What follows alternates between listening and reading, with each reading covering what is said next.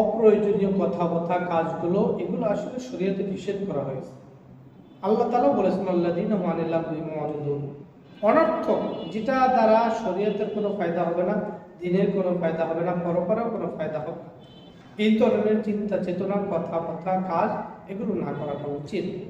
যেই কথা যেই কাজে আপনার উপকার আসবে না, যেমন একজনে বলতেছেন যে তার বাবার খবর তার দাদার খবর নেওয়া, এটা একটা অপ্রয়োজনীয়।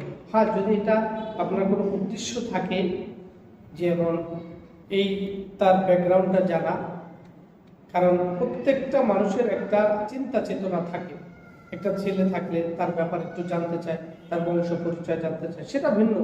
তার এটা কাজের জন্য এটা হতে পারে, কিন্তু অনর্থক, তার কোনো প্রয়োজন না। আন্দাজে যেমনি কথা বলা যে তার দাদা কি করলো, বাবা কি করলো, বা তার বাড়ির কথা, বংশ কি, এ ধরনের কথা অনর্থক। যদি তার কোনো প্রয়োজনই না থাকে তাহলে এটা না বলাটা উচিত। আর এটাকেই অতিরিক্ত কথা আল্লাযীনা আনিল লাগwi মু'রিদুন বলছেন, অনর্থক কথা বলেছেন, এগুলো আল্লাহ তাআলা নিষেধ করেছেন। এই জন্য আসুন আমরা যদি প্রয়োজন থাকে তার কোনো কল্যাণের জন্য, সেটা আপনি জিজ্ঞেস করতে পারেন।